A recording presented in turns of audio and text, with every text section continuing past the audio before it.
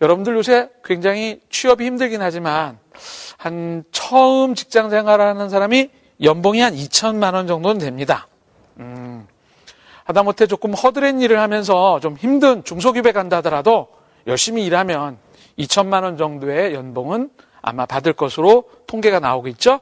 그런데 나중에 시간이 지나서 은퇴할 즈음에는 과연 얼마의 돈을 벌까? 그러면 한 부부가 노력을 하면 한 8천만 원 정도, 한 달에 한 6, 700만 원 정도의 소득은 나오게 되죠.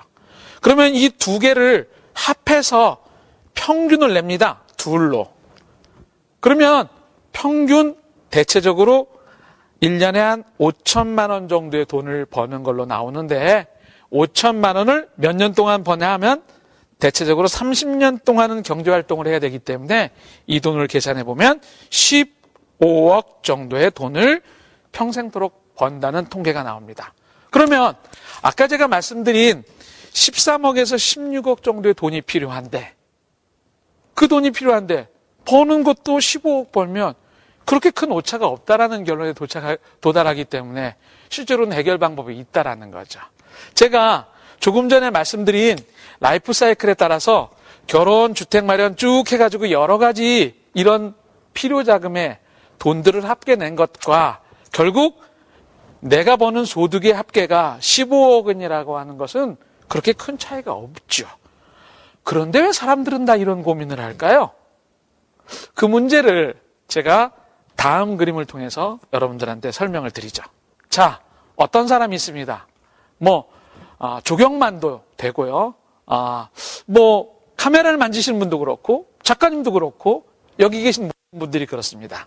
자, 무슨 문제냐 하면 10살부터 80까지 쭉 살아가는 동안 어떤 사람이 20살부터 돈을 쭉 모아갑니다.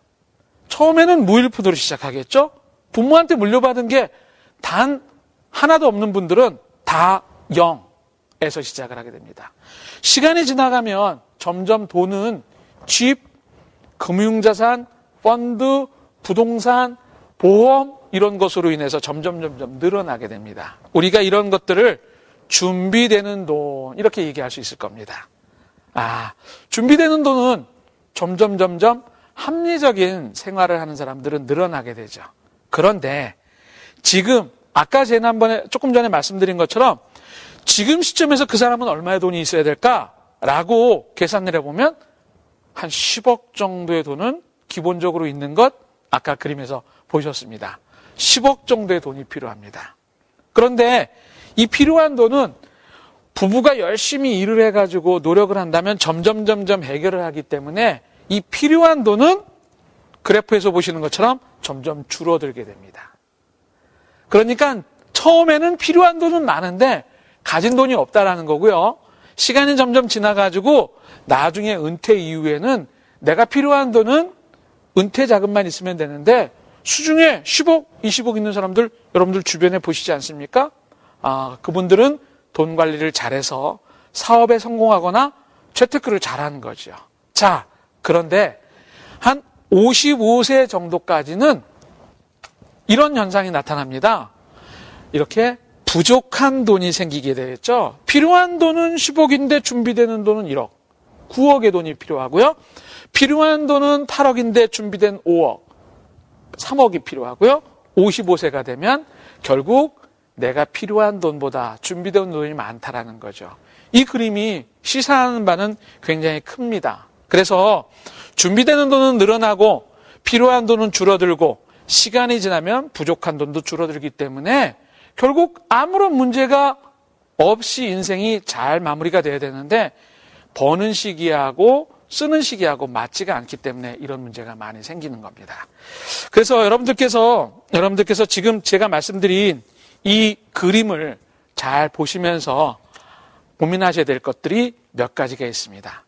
이렇게 인생의 계획을 제가 다음번에 하나의 양식으로 여러분들 거를 한번 짜보세요 라고 말씀을 드릴 텐데 그걸 짜기 전에 고려해야 될 부분이 하나 있습니다. 첫 번째는 물가상승률입니다. 이 물가상승률에서는 제가 조금 말씀을 드려야 합니다. 조금 전에 제가 말씀드린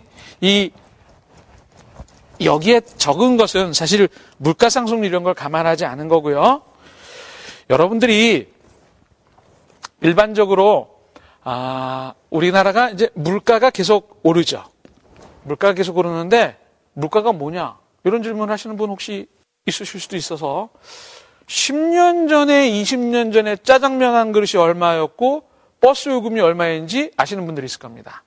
지금 생각하면 그것도 돈인가? 라고 할 정도의 작은 금액일 수도 있습니다. 그렇지만 우리가 10년, 20년 지나서 지금은 굉장히 많은 큰 금액으로 변했습니다.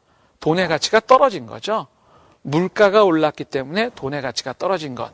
바로 이 물가 상승률이라고 하는 것을 반드시 고려하셔야 됩니다. 이 물가 상승률은 이런 통계를 여러분들이 찾으시면 조금 도움이 될 겁니다. 우리나라에서는 매년 3.5% 정도씩 물가가 올라가는 것으로 모든 정책을 만듭니다. 이게 여러분과 저에게 무슨 관계가 있나요? 이것을 20년 동안 계속해서 물가가 3.5%가 오르면 지금 1,000만 원이 그때 가서는 500만 원의 가치밖에 갖게 되지 못합니다. 만약에 40년이 지나면 지금 1,000만 원은 40년 후에는 250만 원의 돈가치밖에 되질 않죠. 이것이 바로 물가 상승률입니다. 여러분들 중에 혹시 제가 이런 경우를 예를 들면 이해하실지 모르겠는데 난 20년 후에 3억 손에 잡을 수 있어. 물론 손에 잡는 건 3억이지만 그때의 물가를 고려해 보면 20년 후에는 3억의 돈이 1억 5천 가치밖에 되지 않는다는 걸 반드시 기억하시길 바랍니다. 이 물가 상승률을 기억하지 못하면 나중에 가서 내가 원하는 생활을 할 수 없기 때문에 그렇습니다. 지금 100만 원 가지면 그런 대로 뭐 할 수 있을 것 같지만 20년 후에 100만 원은 아파트 관리비 내고 기름 몰고 다니는 차에 기름 넣고 나면 실제로 남는 돈이 하나도 없을 수도 있다는 것을 기억하셔야만 제가 말씀드린 계획을 세울 때 유용한 정보가 될 거라는 겁니다. 두 번째는 기대 수익률이라는 겁니다. 기대 수익률. 기대 수익률은 이런 의미입니다. 지금 여러분들께서 내가 은행에서 6%의 금리를 얻는 금융상품에 가입하셨어요. 잘하셨습니다. 여러분들이 남는 돈은 저축을 하셔야 되면 최근 금리 6% 정도는 얻으셔야 되죠. 그렇지만 6%의 중에서 세금이 1%가 있습니다. 세금 1%. 또 조금 전에 말씀드린 물가 상승률이라는 것이 있기 때문에 물가 상승률 3.5%. 이걸 빼고 나면 실제로 여러분들이 손에 잡는 건 나 6% 얻었어. 좋아하실 게 아니라 1%와 3.5%를 뺀 실질적으로는 1.5%밖에 못 얻는다는 것이 바로 실질금리입니다. 6%나 이자가 생기면 내가 굉장히 좋아할 것 같지만 세금과 물가 상승률을 제외하고 나면 결국 1억에 1년에 150만 원의 이자가 늘어나는 거죠. 한 달에 10만 원 조금 넘습니다. 12만 원 꼴에 내가 1억 원을 갖고 있는데 실제로 물가를 감안한 내 돈은 12만 원밖에 나오지 않는다. 여러분들 이거 어떻게 생각하세요? 몇 억이 있어야 도대체 여러분들이 원하는 생활 정도에 필요한 돈을 얻을 수 있습니까? 이 두 가지 물가 상승률과 그 다음에 기대 수익률, 다시 말해서 세금을 빼고 나한테 진짜 오는 게 뭔지를 고민하셔야지만 됩니다. 그래서 이 기대 수익률이라는 것이 지금 아까 말씀드린 것처럼 1.5%밖에 되지 않는다면 여러분들은 이 기대 수익률을 올리기 위해서 노력을 하셔야 되겠죠. 기대 수익률을 올리는 방법 유일하게 있습니다. 투자.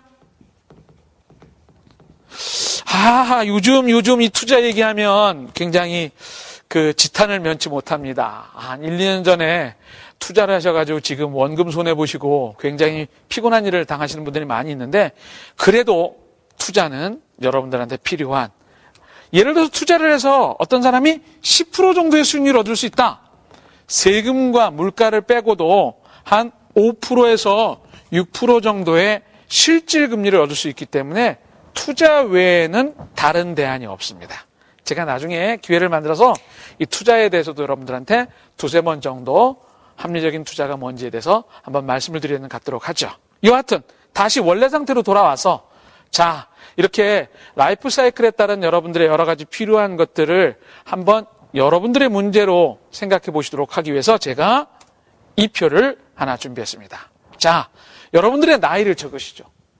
여러분들의 나이를 적으시면 지금 30살, 25살 괜찮습니다. 현재부터 앞으로 쭉 있어야 될 것들을 나이를 적고 거기에 하고 싶은 일을 적으세요. 결혼, 집 마련, 해외여행, 자동차 마련 다 적으세요.